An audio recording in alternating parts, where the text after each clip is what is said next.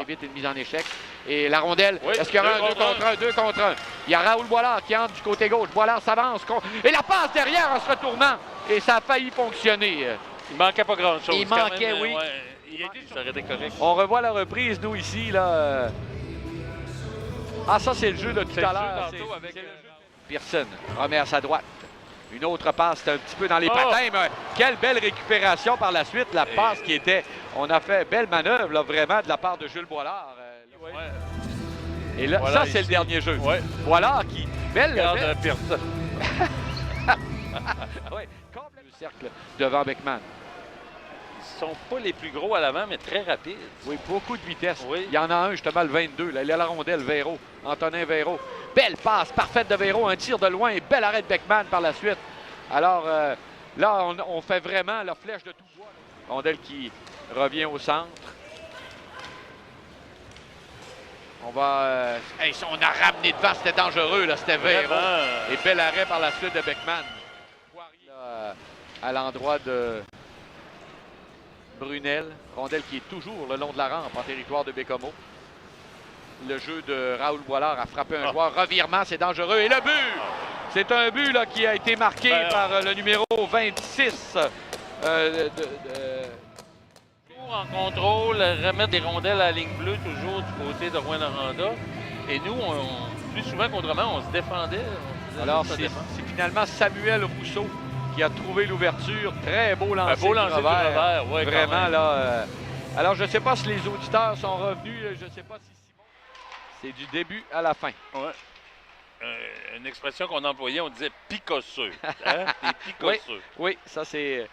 Je l'emploie à l'occasion. Pendant ce temps-là, on a picossé proche du filet de Beckman. Une certaine mobilité que j'aime bien en défense. Précédemment, là... lors de cette longue présence tout à l'heure. On est étourdis un petit peu. Attention, c'est Poirier. Poirier s'avance. Poirier, le tir, l'arrêt.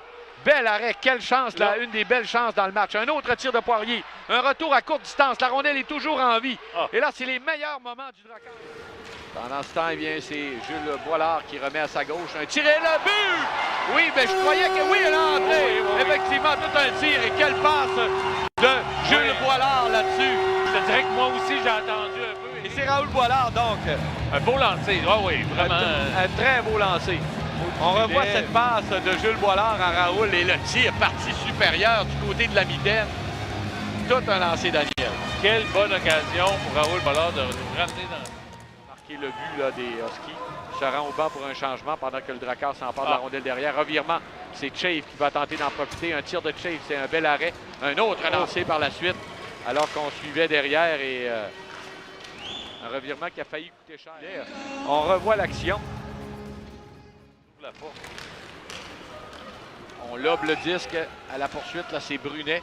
Brunet bataille dans le coin de la patinoire. Va laisser à courte distance. Ça revient vers Brunet. Brunet en voie devant. Le tir.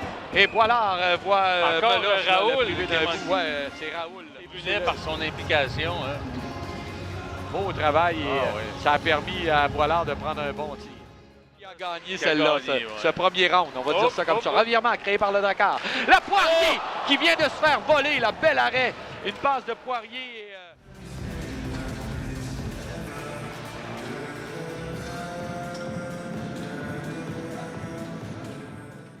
Aussi, donc, se rend au banc pour un changement. On va tenter d'en profiter du côté du Drakkar. Longue passe. Premier rendu, là, c'est Schrott qui absorbe. Et là, c'est un tir! Et quel arrêt sur ce tir à bout portant. La rondelle est toujours en vie.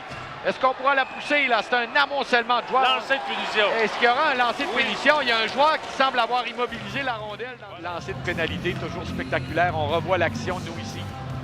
Oui, parce qu'il l'a vraiment perdu. On la voit, la rondelle. Ah oui, puis là, ça ressemblait à une mêlée au football. Alors, ils ont la rondelle dans la cage. C'est lancé de punition automatique. Automatiquement, donc, c'est un joueur qui a fait ça. Et c'est le Drakkar de Bécomo qui aura un jeu selon moi, c'est Schrott, mais...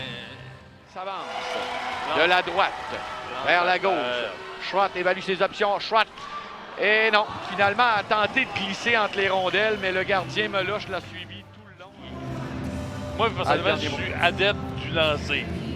Mais bon, après... Il y a un nouveau quart sur la ligne bleue. Quart à Brunel. Brunel dans le coin. Là, finalement, c'est le Drakkar qui va en profiter pour tenter un dégagement et c'est réussi. Oh. Attention, c'est Melovski. Le gardien quitte sa cage. Attention, la cage qui est déserte. Un tir de loin. Et on a arrêté. Et il a réussi à toucher à disque. Il a tenté de déjouer Beckman. Et pendant ce temps-là, on voit le jeu précédent. Là. Non, c'est le joueur des Huskies, Daniel, qui l'a touché avec son bras. On pensé que c'était le gardien sur l'échappée. Mais Pearson frappe le joueur là devant lui. On va batailler à 4. On écoule de précieuses secondes, là, 25 secondes. Et la passe, il est seul de l'autre côté, Gélina. Et quel arrêt! Et quel arrêt de Beckman face à Gélina! Eh non, là... Est-ce qu'on manifeste? Un peu si on rêvait. Mais là, on voit le jeu de Gélina. Au moment où Michaud revenait dans l'action.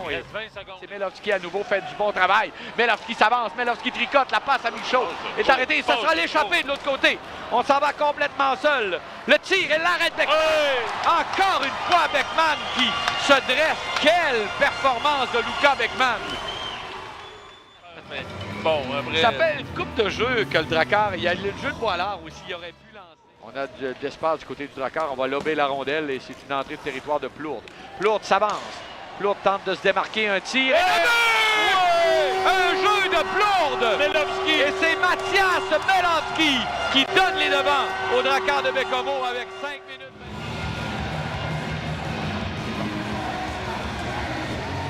Alors, 5 minutes 22, le Drakkar vient de prendre les devants. Plourde a vraiment poursuivi le jeu. Puis, ça a été payant. Et oui, parce qu'il faut saluer le travail de Plourde. Non, son tir rate complètement. C'est Pearson qui va laisser Escaran échapper. Poirier s'en va complètement seul. Poirier lance et finalement n'a pas réussi à déjouer le gardien. A voulu tricoter une seconde. Écoute, les deux équipes nez à nez, très bonne intensité des deux côtés.